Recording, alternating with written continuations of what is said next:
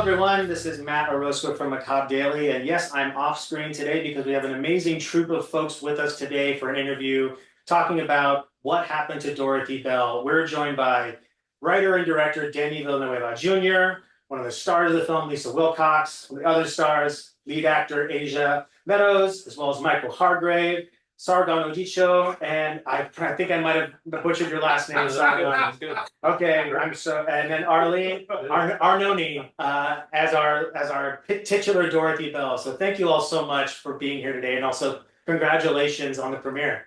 Thank you. Thank you. Well, I know we don't have all the time in the world, and I'm just going to dive right into our questions. So, Danny, the first one's for you. How did you come up with the idea for What Happened to Dorothy Bell? What was your inspiration? I think it started from just a love for found footage. Like I set out to want to make one. I think there's something really powerful about the format and the way it can be both scary but intimate. Like it feels like the screen kind of dissolves and then you're there in the world with these characters. You get to like be in their shoes. And I think that was like kind of the beginnings of just setting out to make a like true found footage horror film.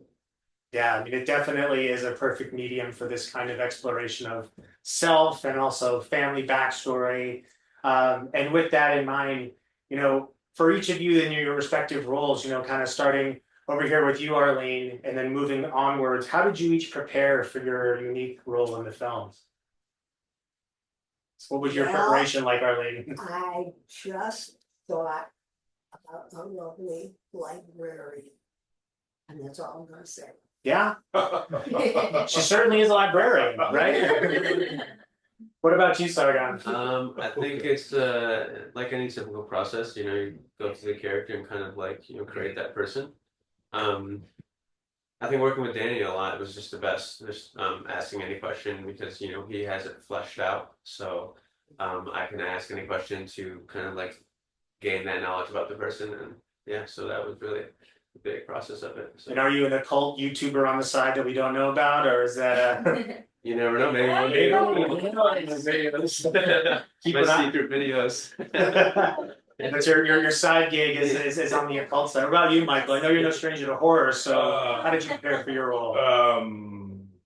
I more or less had to wait and come up with the character once I was on set with everyone and working with Danny. I think that the idea of the dad was there, of course, but I didn't know what to bring forth with the dad child who was a little disturbed. And but once I got on set and started working with crew, Danny, Asya became white. Just came together. It's great. Yeah. Asya, what about you? You had arguably one of the hardest roles, I'd say, next to Arlene to prepare for. So what was your prep like?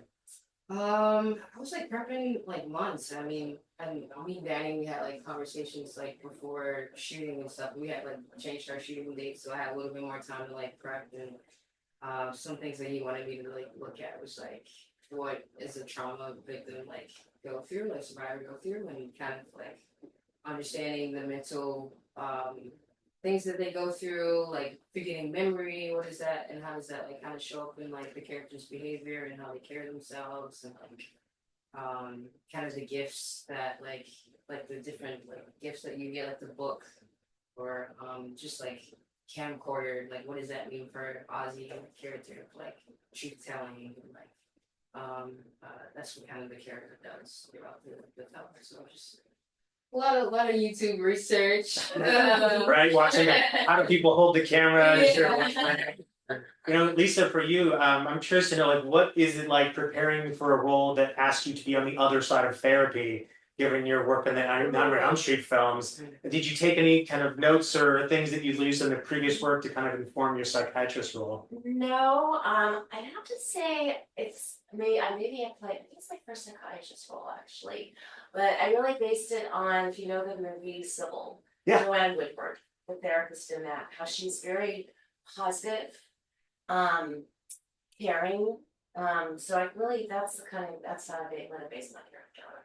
Yeah, I think it comes through very naturally, right? I think that's something that is always helpful in found footage, is there's an authenticity to it. Mm-hmm. I think all the roles you all present feel lived in, which is probably a testament, right, to you, Danny, and the writing you put out there.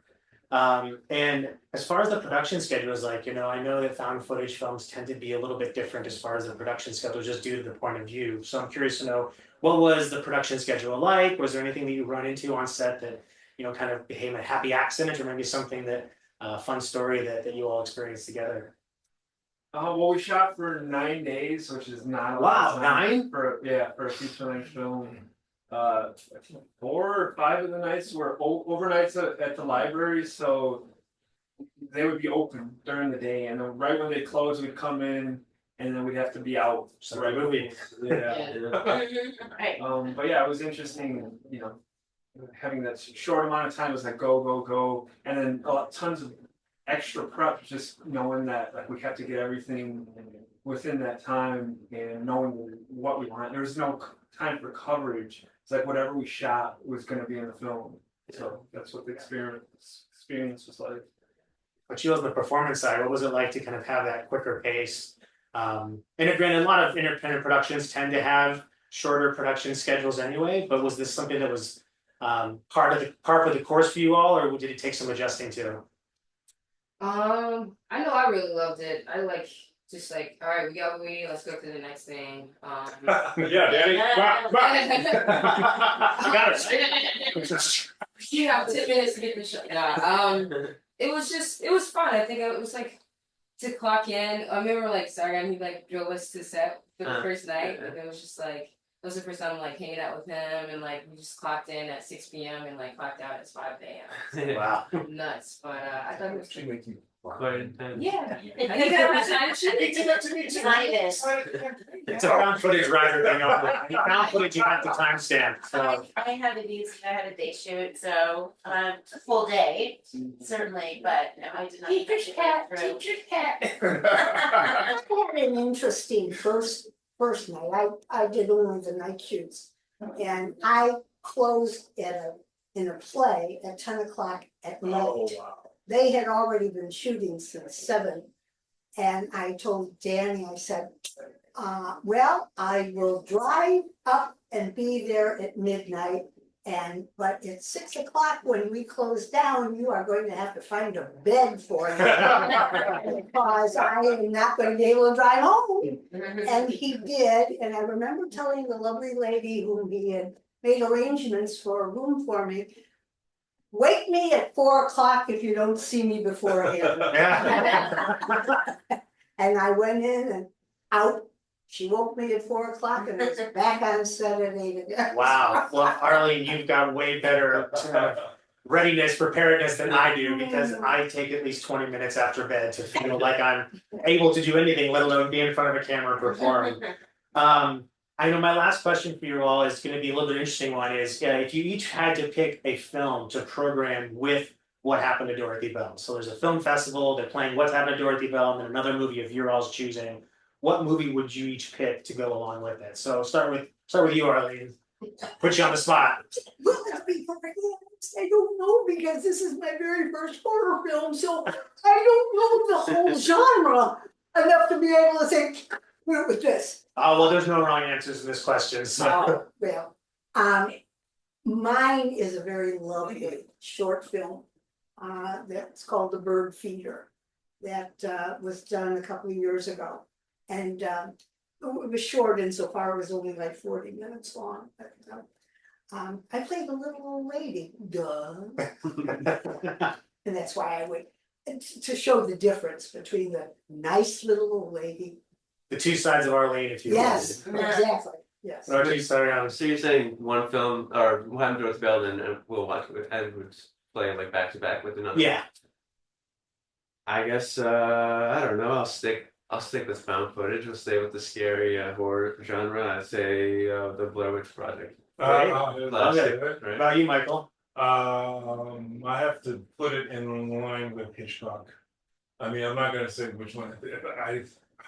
Vertigo. Yeah, Vertigo. Vertigo, or Psycho, which is like Okay. it's up there. It's up there, but that would be an enjoyable evening pretty bad. I agree. What about you, Asia? The Shining would be long, but I'll take Bathroom. Yeah. Bring back the intermission, okay? Yeah. Lisa, about you? I definitely like the Alfred Hitchcock. Yeah. It definitely Yeah. has that feel, but also there's elements that remind me of Poltergeist. Oh. So the TV scene, Oh, you know? Yeah. Oh, and- yeah. Yeah. Danny, how would you round this out with your double feature pick?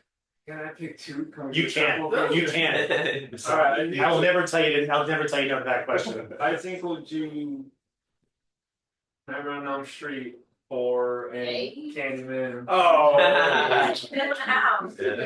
I mean, I watched I'll that. pay you later. Yeah.